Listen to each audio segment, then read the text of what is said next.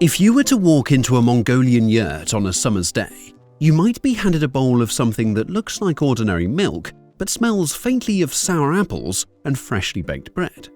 You'd take a sip, politely at first, and then surprised discover it is ever so slightly fizzy, a little tangy, and just alcoholic enough to make you wonder whether you're drinking breakfast or beer. Congratulations, you've just met Kumis, the fermented milk of horses, the champagne of the steppe.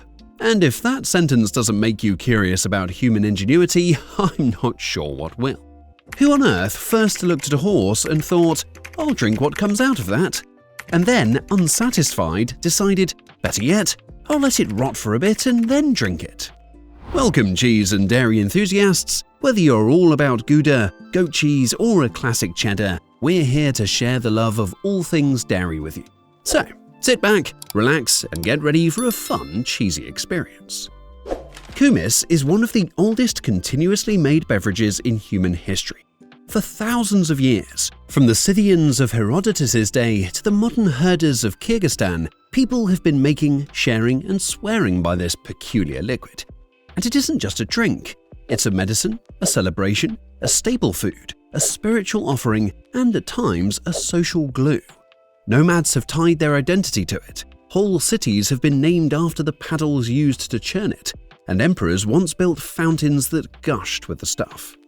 But before we leap to emperors' fountains, we should begin where Kumis begins, at the mare. Now, mares are not especially cooperative when it comes to milking. Unlike cows, which can be milked by anyone with a bucket and patience, a horse requires an elaborate dance of coaxing, timing, and tact. A foal is usually kept nearby, sometimes allowed to nuzzle the mare first to trigger the flow of milk. Only then does the milker, crouched at an awkward angle, collect a small yield in a container. One mare gives very little at a time, barely half a litre, which means the herder repeats this 5 or 6 times a day. It is, in short, not the most efficient dairy system humanity has devised. Yet what you get is a milk unlike any other. Thin, sweet, and shockingly high in sugar. It also has the unfortunate property of being a natural laxative. Drink a large bowl of it fresh, and you won't be far from the bushes for long. So, the solution, centuries ago, was to let it ferment. This is where Kumis becomes a marvel of improvisation. Fresh mare's milk is strained, cooled, and poured into a container that already has a little old Kumis in it, a living starter culture. Traditionally, the container is not some shiny stainless steel vat, but a large leather bag called a hushor, hung by the doorway of the yurt. Why by the doorway? Because every time someone goes in or out, they're expected to give the bag a good shake or jab with a paddle, keeping the milk agitated. Imagine if your front door had a sack of fermenting horse milk hanging beside it, and all visitors were required to stir it before saying hello. It is a wonderfully communal form of food preparation. Within a day or two, the microbes have done their work. The milk is now sour, slightly effervescent, and mild in alcohol, perhaps 1 or 2%, just enough to make the world feel a little warmer.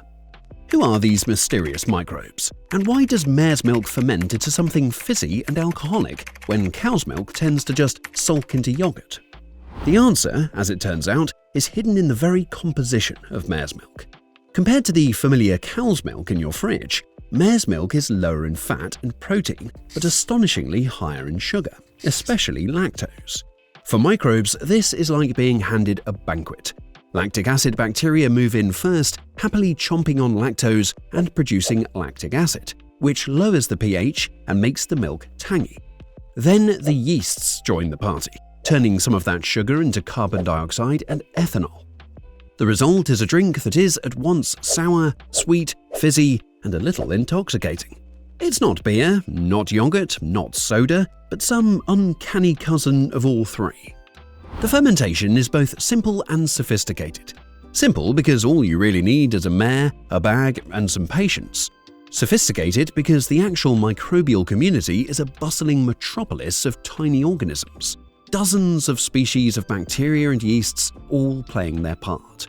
One study catalogued 119 bacterial species and 36 yeast species in Kumis.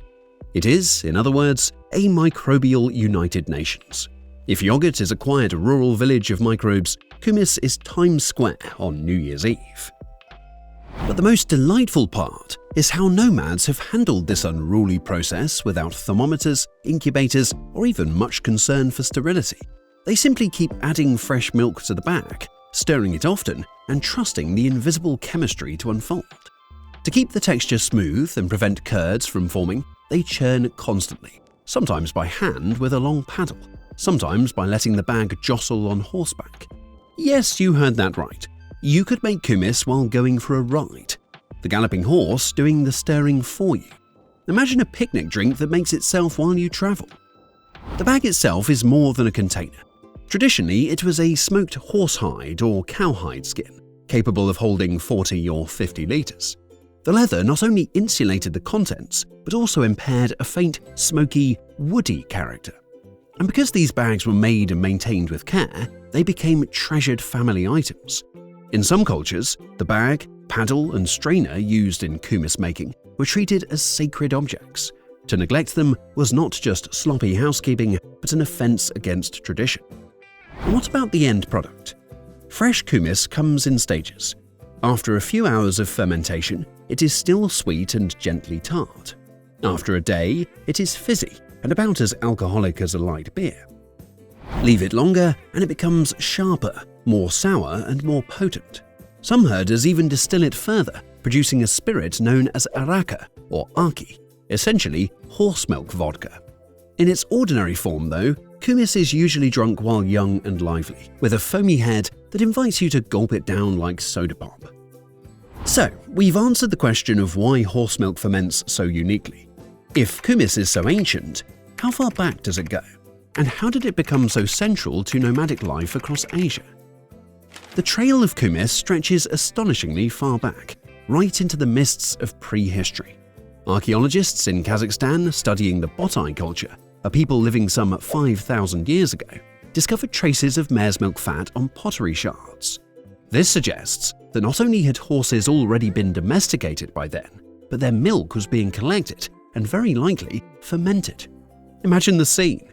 The first tentative milking of a horse, the uncertain experiment of leaving the milk aside, the surprise when it frothed and soured into something tangy and strangely pleasant. In that moment, an entirely new category of drink was born. By the time Herodotus was writing in the 5th century BC, kumis was already a known speciality of the Scythians, those horse-riding nomads who roamed the Eurasian steppe. He described in rather lurid detail how Scythian slaves would churn mare's milk in wooden vats to make a prized intoxicant. William of Rubruck, a Flemish friar travelling with the Mongols in the 13th century, noted with a mixture of admiration and alarm that the locals drank it daily, describing how they churned it until it fizzed and then drank it in great draughts, emerging cheerful and ruddy-cheeked. To him, it was a marvel. To the Mongols, it was simply life as usual. And life on the steppe suited kumis perfectly. Think of it, a nomadic people who move with their herds, who need a food that is portable, nourishing and storable. Fresh mare's milk would spoil quickly, but once fermented, it became stable enough to last days, even weeks, in its leather bag. Unlike beer, it required no fields of grain or heavy brewing vats. Unlike wine, no vineyards, only mares and the know-how to coax milk from them. In a society that revered horses, kumis became not just sustenance, but a symbol of abundance. It also fitted neatly into the rhythms of the year. Mares foal in spring and lactate through the summer, so kumis was a seasonal drink, celebrated in warm months on the summer pastures. In Kyrgyzstan today, families still head for the Jelu, or mountain pasture, each summer, and kumis is the centerpiece of feasts and festivals. To this day, guests are greeted with a bowl of kumis, and refusing it would be considered not just rude, but unthinkable. There is even a linguistic echo of its importance. Bishkek, the capital of Kyrgyzstan, is said to be named after the wooden churn used to make kumis. Few cities in the world can claim to be named after a dairy utensil, but such is the prestige of the drink. And as with so many things that become central to a culture, kumis acquired a reputation for health. For centuries, it was believed to cleanse the body, fortify the blood, and cure ailments from indigestion to tuberculosis. By the 19th century, Russian doctors were running Kumis sanatoriums, where patients were prescribed liters of the stuff daily. It's difficult to imagine today's hospitals handing out horse milk cocktails, but at the time, it was taken very seriously indeed. All of which leaves us with a rather intriguing question. What does science have to say about these supposed health benefits? Modern science, as it happens, gives Kumis more credit than one might expect. Chemically, it is an impressive concoction. Mare's milk is rich in vitamin C, higher than that of cow's milk, and when fermented, it becomes easier to digest. The reason is that the fermentation consumes most of the lactose. For people who are lactose intolerant, which is to say most of humanity, Kumis is far gentler than a glass of fresh milk. Add to that the probiotic qualities of lactic acid bacteria, and you suddenly have a drink that could plausibly improve gut health. Studies of Kumis have uncovered lactic acid bacteria that produce antimicrobial substances, effectively discouraging harmful microbes in the intestines. This may explain why nomadic people, long before microscopes, believed Kumis had cleansing powers. There is also the curious psychological effect. It is mildly alcoholic, but in such small amounts that it rarely incapacitates.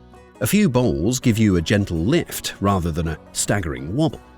One traveler in the 19th century remarked that Kumis makes the inner man most joyful. That seems about right. Half health tonic, half party drink.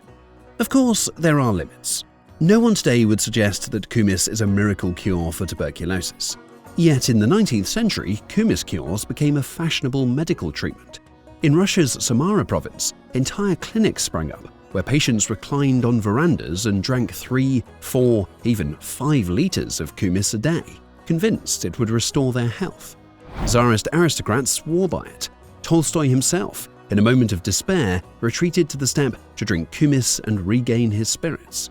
It may not have cured his existential angst, but it certainly gave him something unusual to write about. And yet, for all its storied history, Kumis presents a problem in the modern world. How do you make it available beyond the summer pastures? Horses produce milk only in small amounts and only seasonally. A single mare cannot supply much. Industrial dairies built for cows do not easily adapt to horses. The answer has been ingenuity or compromise. In many modern dairies, particularly in Russia and Kazakhstan, Kumis is made not from horse milk at all, but from cow's milk doctored to resemble it. Extra lactose or sugar is added to mimic mare's milk's sweetness, and then a culture of lactic acid bacteria and yeast is introduced. The result is a drink that has the tart fizz of Kumis, but not quite its delicate flavor. Purists sniff at this substitute, but it allows bottled Kumis to appear on shop shelves where otherwise it would be impossible. Even more inventive are the freeze-dried powders and tablets created by food scientists. By freeze-drying Kumis, they can produce a light powder that can be shipped and reconstituted anywhere in the world. Imagine instant Kumis. Just add water. There are even effervescent tablets that fizz in a glass like Alka-Seltzer, producing a mock Kumis on demand. Whether this has the same romance as a leather bag swinging in a yurt doorway is doubtful, but it does allow the tradition to travel. Which brings us to the most curious part of the story. Despite all these modernizations, why does the old way, the bag, the paddle, the summer yurt still persist? Because Kumis, you see, is more than a drink. It is an act of culture, of memory, of belonging. Making Kumis the traditional way isn't simply about achieving a fizzy beverage. It's about enacting a ritual that ties people to their ancestors and to the landscape. When you hang a leather bag of fermenting milk in your yurt and invite every passerby to stir it, you're not just managing microbes, you're participating in a centuries-old choreography. It is hospitality made tangible. In Mongolia, the tradition of making airag in a khoshur has even been inscribed on UNESCO's list of intangible cultural heritage of humanity. And for good reason. The practice encompasses not only the making of the drink, but also the songs sung while churning, the festivals in which Kumis flows freely, and the way it is offered to guests as a sacred obligation. To refuse a bowl is to refuse fellowship itself. Even the language around Kumis is infused with reverence. In Kyrgyz culture, the tools for making kumis are regarded as holy. In Mongolian households, dairy foods are classified as white foods, symbols of purity, kindness, and blessing, and kumis sits at the pinnacle of this hierarchy. Festivals erupt around it. Kyrgyzstan hosts annual kumis festivals, where families compete for who has produced the finest brew of the season, and visitors sip from ladles while horses race on the pastures outside. Who thought to milk a horse, then ferment the milk, and why on earth would anyone drink it? Kumis is not an accident of desperation, but a masterpiece of adaptation. It turns an otherwise indigestible liquid into nourishment. It transforms a fleeting summer resource into a cultural treasure. It sustains bodies with vitamins and probiotics, and spirits with cheer. If you're enjoying this creamy content, please give this video a thumbs up and consider subscribing to the channel. Believe it or not, 99% of our viewers haven't hit that subscribe button yet. It's totally free and just takes a second. We've got tons of cool stuff coming your way. And in the meantime, leave a comment down below. Share your thoughts with us. Your support helps us to keep exploring and uncovering the hidden side of what we eat. So don't be shy. Hit that subscribe button and age like a fine cheese.